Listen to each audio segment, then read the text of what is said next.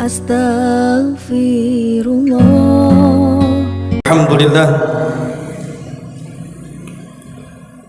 Alhamdulillahilladzi hamdan katsiran tayyiban mubarakan fihi kama yuhibbu rabbuna wa yarda. Asyhadu an la ilaha illallah wahdahu rabbi la syarika lah wa asyhadu anna Muhammadan abduhu wa rasuluhu alladzi la nabiyya ba'dah. Faqala Allah azza wa jalla fi muhkami tanzilihi ba'da a'udzu billahi minasy syaithanir rajim.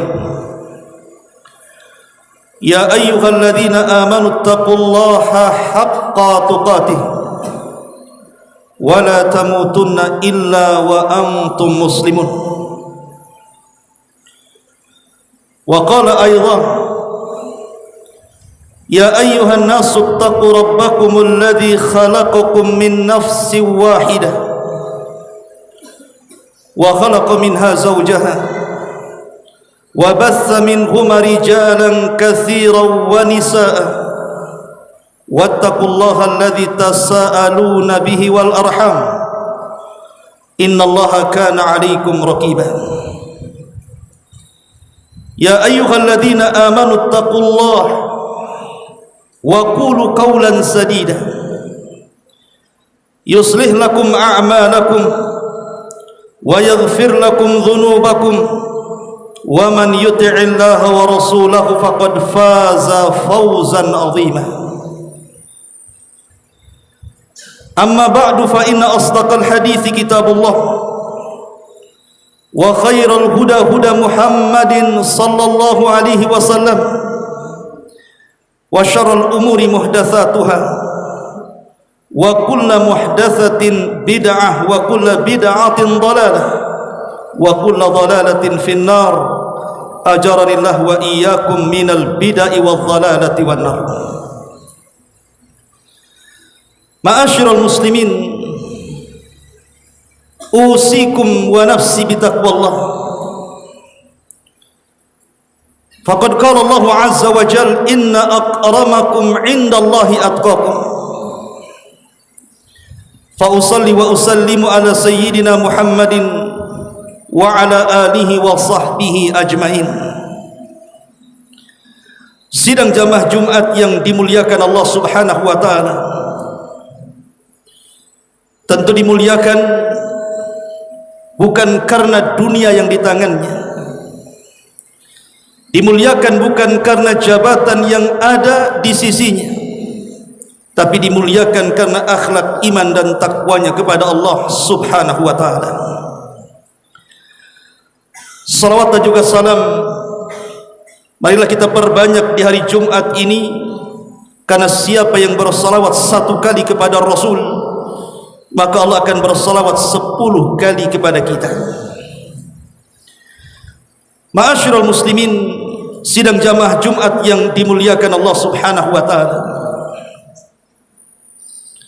sedikit menyinggung sejarah. Di permulaan dakwah Nabi sallallahu alaihi wasallam, maka Nabi sallallahu alaihi wasallam dan para sahabatnya mengalami hari-hari yang sangat sulit sekali dalam berdakwah, sehingga banyak para sahabat Rasul yang kemudian mendapatkan tekanan, siksaan dari orang-orang kafir Quraisy.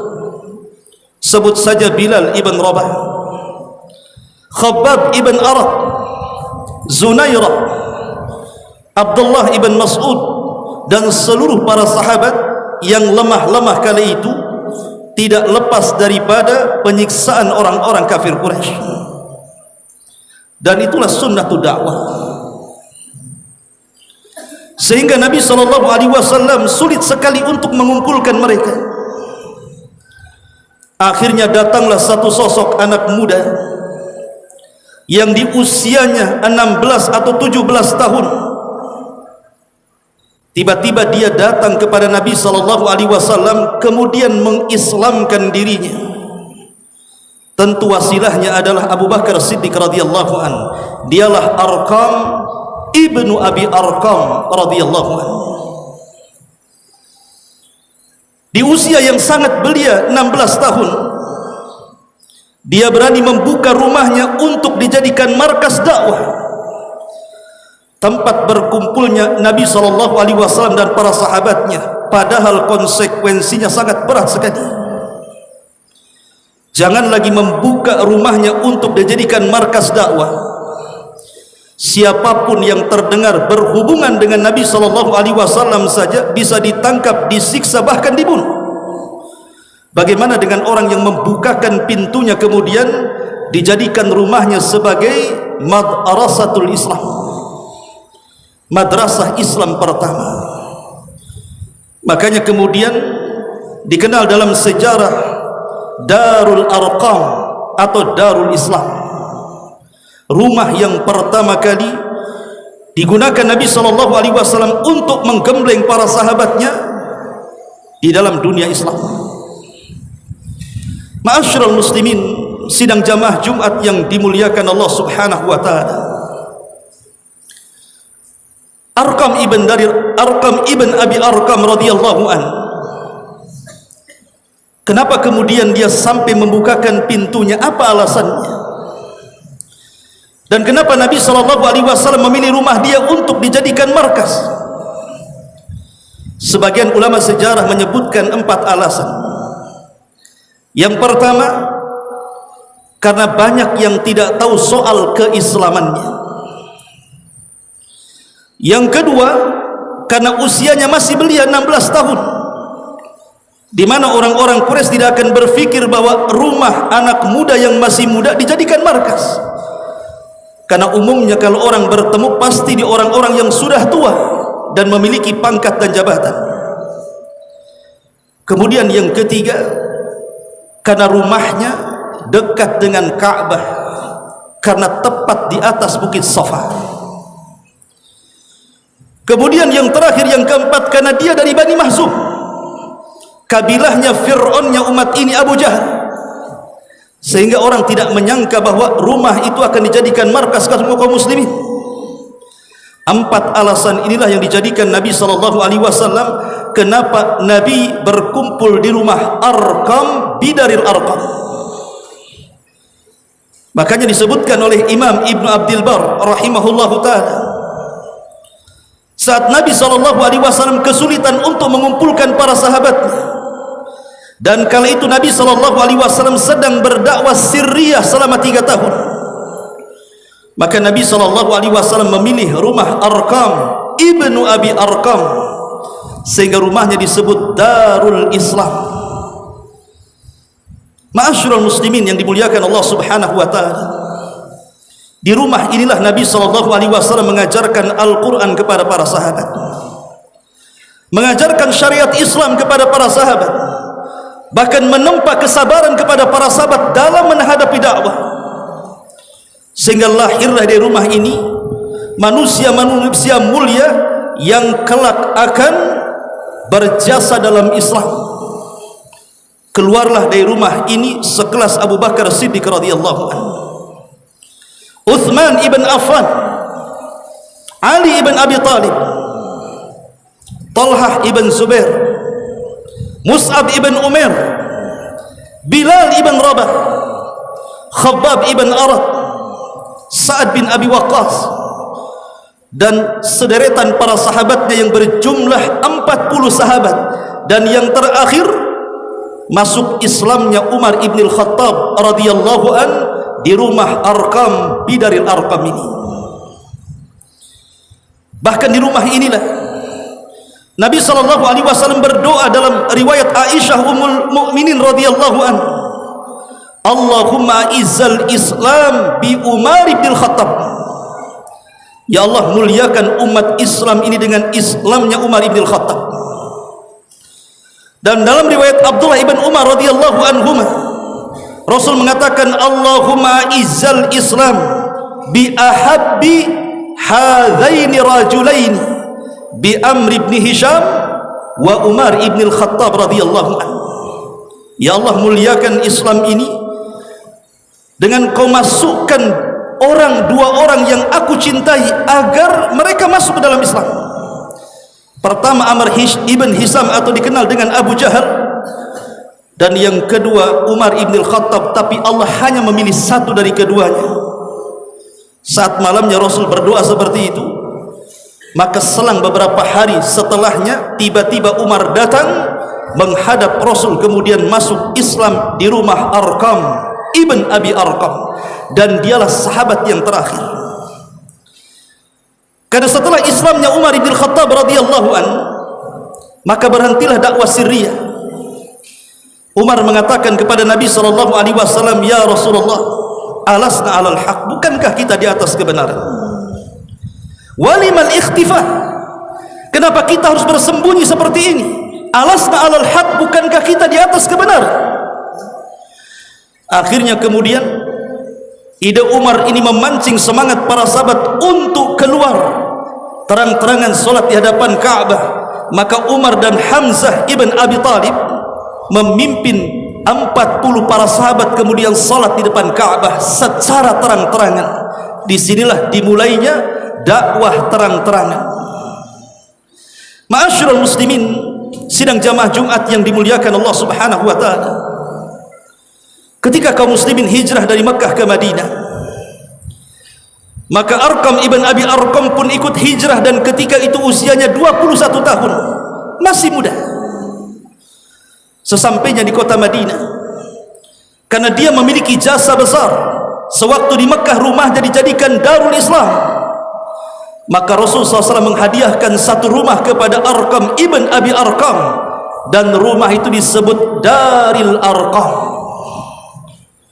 Bahkan saat peperangan Badar dan kaum muslimin menang dalam peperangan ini, maka Nabi SAW menghadiahkan pedang kepada Arqam ibn Abi Arqam, dan dipercaya untuk membagi ghanimah peperangan, dan disebut aminu hadhil ummah, orang yang amanahnya umat ini.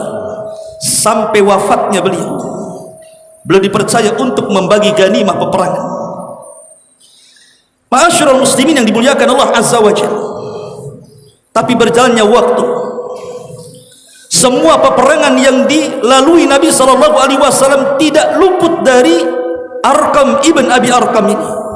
Semua ikut dalam peperangan yang pernah dilakukan Nabi SAW. Artinya dia bukan hanya seorang alim, tapi juga seorang mujahid. Akan tetapi di masa Muawiyah ibn Abi Sufyan, ketika Mekah dan Madinah dipimpin gubernurnya oleh Marwan, Khalifah Marwan ibnul Hakam, di tahun 55 Hijriah, di usia 83 tahun, Arqam ibn Abi Arqam pun meninggal dunia. Saat kematiannya, Arqam ibn Abi Arqam ini berwasiat agar yang menyolatinya adalah Sa'ad bin Abi Waqqas radhiyallahu anhu. Tapi saat tidak kunjung datang karena jauh rumahnya, maka Khalifah Marwan ibn Hakam hampir-hampir mensalati Arqam ibn Abi Arqam ini.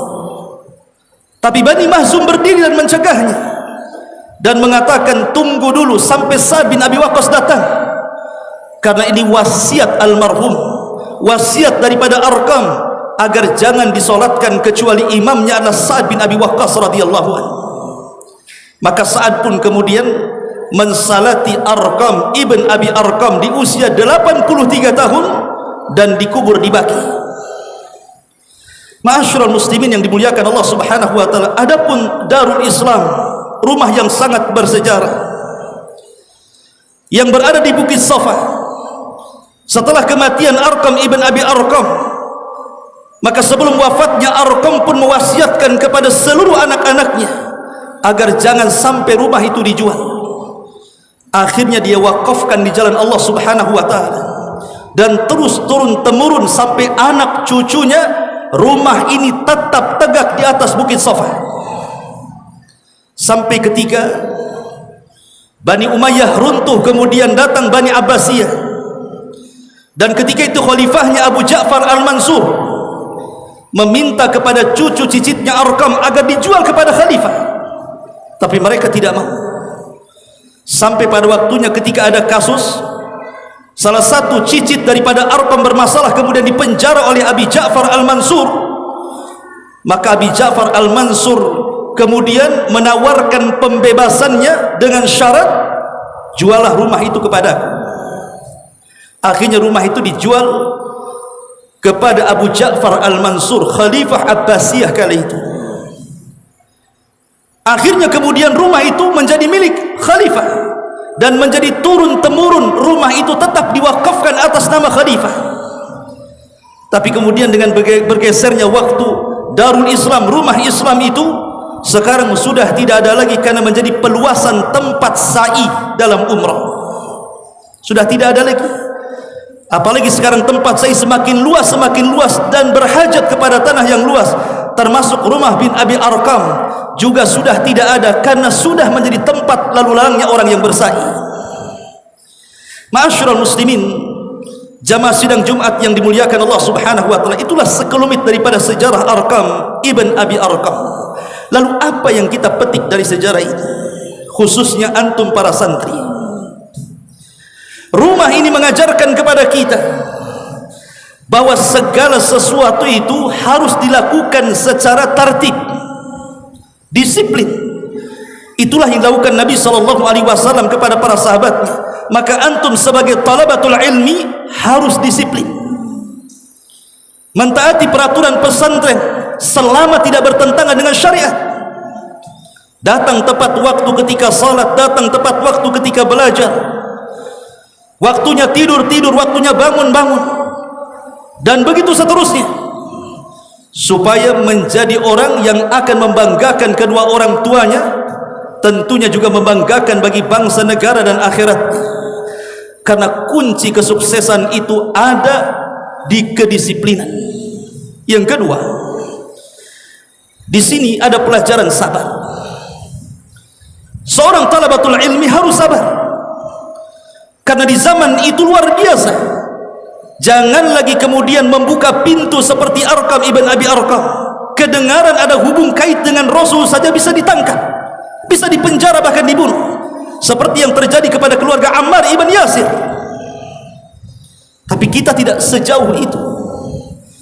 Anda sudah senang berada di pesantren, Allah pilihkan dari sekian ribu manusia, rupanya antum pula yang terpilih untuk belajar agama. Fadlul alim alal abid kafadlil qamari ala sairil kawakib.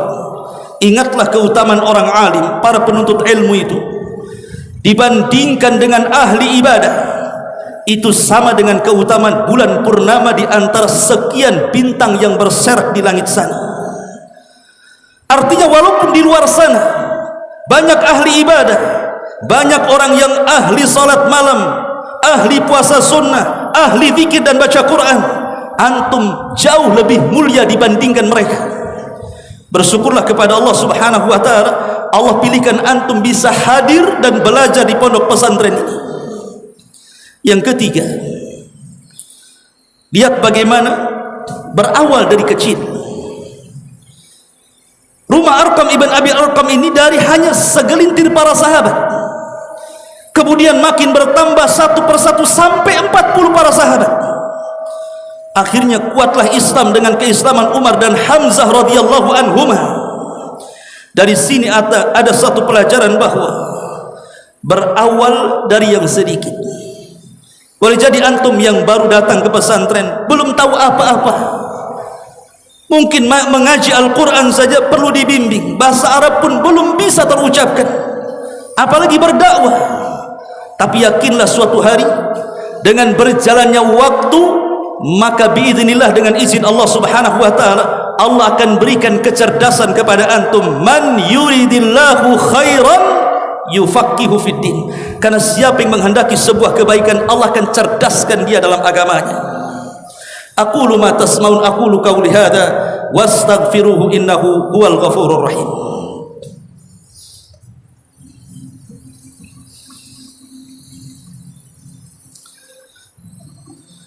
Bihamdillah wassalatu wassalamu ala Rasulillah wa ala alihi wa sahbihi wa mawalah, wa la hawla wa la quwwata illa billahi, wa ba'd. Ma'asyiral muslimin, ittaqullaha haqqa tuqatih wa la tamutunna illa wa antum muslimun.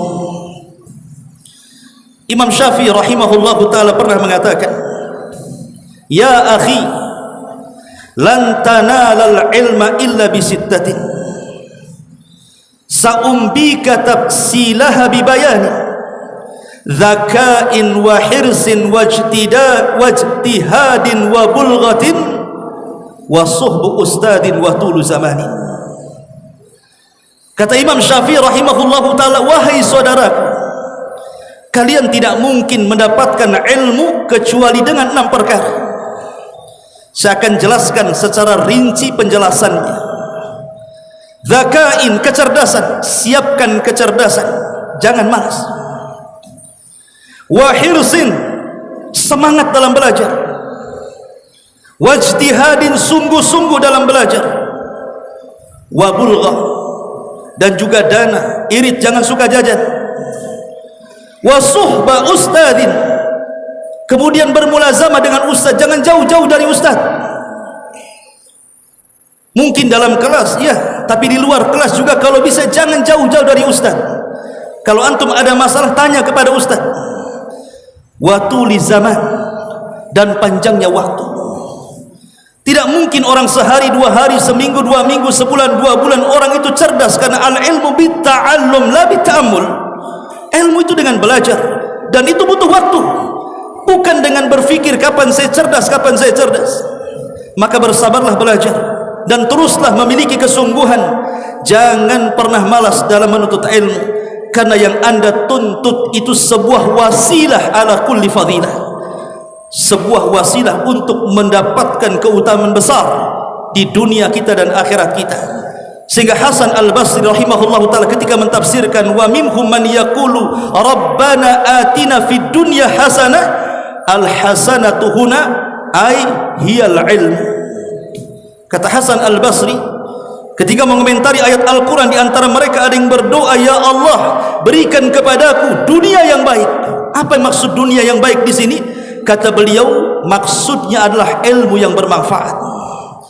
Maka kalau seandainya anda menguasai banyak ilmu dalam urusan agama, berarti di tangan anda sudah mendapatkan dunia yang baik di sisi Allah subhanahu wa ta'ala. Innallaha wa malaikatahu yusalluna ala nabi ya ayyuhalladzina amanu sallu alaihi wa sallimu taslima. Allahumma ighfir lil muslimina wal muslimat wal mu'minina wal mu'minat al ahya'i minhum wal amwat innahu qaribun mujibu da'wa ya qadiyal hajah. Allahumma arinal haqqa haqqa warzuqna ittiba'ah wa arinal batila batila warzuqna ijtinabah. Allahumma rabbana nas'alukal huda wat tuqa wal afafa wal ghina. Rabbana la tuzigh qulubana ba'da idh hadaitana wa hab lana min ladunka rahmatan innaka antal wahhab. Rabbana atina fid dunya hasanah wa fil akhirati hasanah wa qina adzabannar. Wa sallallahu ala sayyidina Muhammadin wa ala alihi wa sahbihi ajmain. Qumu lis salati.